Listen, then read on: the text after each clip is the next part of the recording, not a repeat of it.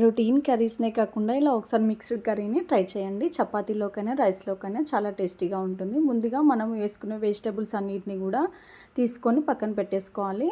ఆలు ఒక ఆలుని 2 పీసెస్ కింద కట్ చేసుకొని ఒక పిరికెడు బఠానీ కూడా యాడ్ చేసుకొని మిక్సీ పట్టుకోవాలి. వెజిటబుల్స్ని బాగా వాష్ చేసుకొని సన్నగా చాప్ చేసుకొని పక్కన పెట్టుకోవాలి. తర్వాతకి ఒక ప్యాన్ తీసుకొని ప్యాన్లో ఆయిల్ హీట్ అయిపోయాక జీలకర్ర, కరివేపాకు, పచ్చిమిరపకాయలు, ఉల్లిగడ్డలు ఇవి యాడ్ చేసి కొంచెం ఫ్రై అయిపోయాక అల్లం వెల్లుల్లి పేస్ట్ కూడా వేసి పచ్చివాసన పోయేంత వరకు కూడా ఫ్రై చేసుకోవాలి.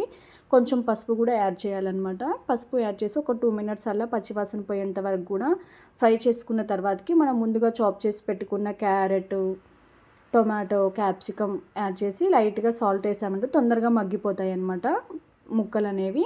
సాల్ట్ వేసి లిడ్ పెట్టేసి ఒక 2 మినిట్స్ పాటు ఉంచిన తర్వాతకి మనము కుక్ చేసి పెట్టుకున్న బఠానీలని యాడ్ చేయాలి.